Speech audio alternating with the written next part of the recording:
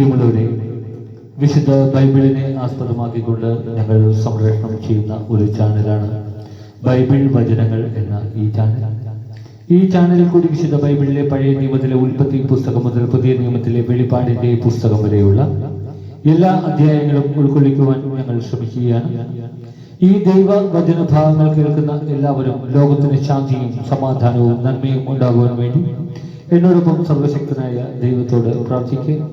അതോടൊപ്പം തന്നെ ഈ ചാനൽ കാണുന്ന എല്ലാവരും ഞങ്ങളുടെ ചാനൽ ഒന്ന് സബ്സ്ക്രൈബ് ചെയ്ത് താഴെ കാണുന്ന ബെൽ ഐക്കൺ കൂടി ക്ലിക്ക് ചെയ്ത് ഞങ്ങളുടെ എല്ലാ അധ്യായങ്ങളും നോട്ടിഫിക്കേഷനായി നിങ്ങൾക്ക് ലഭിക്കാനായി ഞങ്ങളോട് സഹകരിക്കുക. പുതിയതായി കേട്ടു തുടങ്ങുന്നവർ ഉൽപ്പത്തി പുസ്തകം 1 മുതലുള്ള അധ്യായങ്ങളെല്ലാം കേട്ട് ദൈവാനുഗ്രഹത്തിനായി പ്രാർത്ഥിക്കുക. ഒപ്പം എനിക്ക് വേണ്ടി കൂടി സർവശക്തനായ ദൈവത്തോട് പ്രാർത്ഥിക്കുക. ഉൽപ്പത്തി പുസ്തകം 1 മുതൽ ജോഷുവ പ്രവാചകന്റെ പുസ്തകം 3-ാം അധ്യായം വരെയുള്ള ഭാഗങ്ങൾ ഇന്നത്തോടെ ഞങ്ങൾ വീഡിയോയിൽ ഉൾപ്പെടുത്തുന്നുണ്ട്. എല്ലാ അധ്യായങ്ങളും കേൾക്ക്. നിങ്ങൾക്ക് എവർക്കും ദൈവാനുഗ്രഹം ഉണ്ടാകട്ടെ എന്ന് ആത്മാർത്ഥമായി പ്രാർത്ഥിച്ചുകൊണ്ട് ഇന്ന് ജോഷുവ പ്രവാചകന്റെ പുസ്തകം 3-ാം അധ്യായത്തിലേക്ക്. ജോർദാൻ കടക്കുന്നു. ജോഷുവ അതിരാവിലെ എഴുന്നേറ്റ് സകല ഇസ്രായേലിയരോട് കൂടി ഷിത്തിമിൽ നിന്ന് പുറപ്പെട്ടു ജോർദാൻ നദിക്കരികെ എത്തി. മറുകര കടക്കാൻ സൗകര്യം പാർത്ത് അവിടെ കൂടാരമടിച്ചു. 3 ദിവസം കഴിഞ്ഞ് പ്രമാണികൾ പാളയത്തിലൂടെ നടന്ന് ജനത്തോട് കൽപ്പിച്ചു, ലേവിയ പുരോഹിതന്മാർ നിങ്ങളുടെ ദൈവമായ കർത്താവിന്റെ വാഗ്ദാന പേടകം വഹിക്കുന്നത് കാണുമ്പോൾ നിങ്ങൾ അവരെ അനുഗമിക്കുവിൻ. ഈ വഴിയിലൂടെ ഇതിനു മുമ്പ് നിങ്ങൾ പോയിട്ടില്ലാത്തതിനാൽ പോകേണ്ട വഴി അവർ കാണിച്ചു തരും. എന്നാൽ നിങ്ങൾക്കും വാഗ്ദാന പേടകത്തിനും ഇടയ്ക്ക് 2000 മുഴം അകലം ഉണ്ടായിരിക്കണം. അതിനെ സമീപിക്കരുത്. ജോഷുവ ജനത്തോട് പറഞ്ഞു, നിങ്ങളെ തന്നെ ശുദ്ധീകരിക്കുവിൻ. നാളെ നിങ്ങളുടെ ഇടയിൽ കർത്താവ് അത്ഭുതങ്ങൾ പ്രവർത്തിക്കും. വാഗ്ദാന പേടകമെടുത്ത് ജനങ്ങൾക്ക് മുമ്പേ നടക്കുവിൻ എന്ന് അവൻ പുരോഹിതന്മാരോട് പറഞ്ഞു. അവർ അപ്രകാരം ചെയ്തു.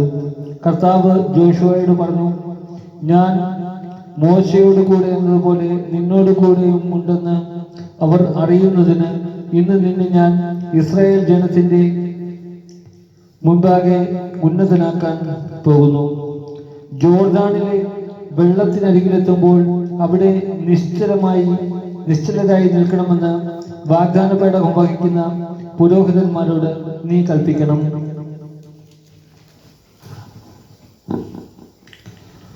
ജോഷുവ ഇസ്രായേലിനോട് പറഞ്ഞു, നിങ്ങൾ അടുത്തു വന്ന് ദൈവമായ കർത്താവിന്റെ വാക്ക് കേൾക്കുവിൻ.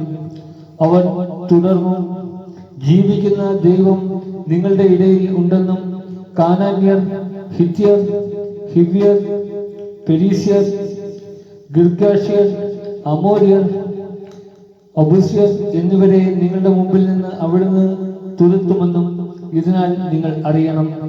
ഭൂമി മുഴുവന്റെയും നാഥനായ കർത്താവിന്റെ വാഗ്ദാന പേടകം നിങ്ങൾക്ക് മുമ്പേ ജോർദാനിലേക്ക് പോകുന്നത്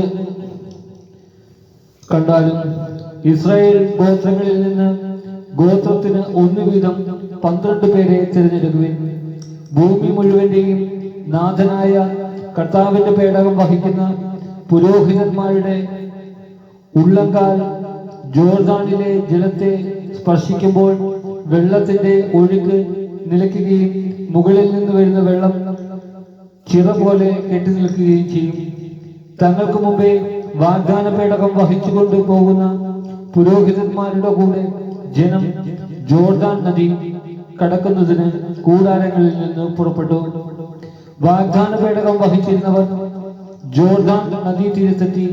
പേടകം വഹിച്ചിരുന്ന പുരോഹിതന്മാരുടെ പാദങ്ങൾ ജലത്തെ സ്പർശിച്ചു. കൊയ്ത്തുകാലം മുഴുവൻ ജോർദാൻ കരകവിഞ്ഞൊഴുകുക പതിവാണ്. വെള്ളത്തിന്റെ ഒഴുക്ക് നിലച്ചു.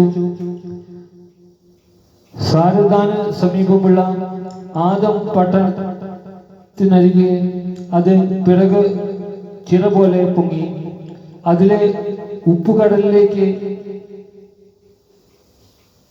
അരബ ഉപ്പുകടലിലേക്ക് ഒഴുകിയ വെള്ളം നിശ്ചലം നിശേഷം വാർന്നുപോയി. ജനം ജെറീക്കോയ്ക്ക് നേരെ മറുകര കടന്നു. ഇസ്രായേൽ ജനം വരണ്ട നിലത്തുകൂടി നദി കടന്നപ്പോൾ കർത്താവിന്റെ വാഗ്ദാന പേടകം വഹിച്ചുകൊണ്ട് പുരോഹിതന്മാർ ജോർദാന്റെ മധ്യത്തിൽ വരണ്ട നിലത്തു നിന്നു. സർവരും ജോർദാൻ കടക്കുന്നത് വരെ അവർ അവിടെ നിന്നു. നമ്മുടെ കർത്താവായ മിശിഹായ്ക്ക് സ്തുതി.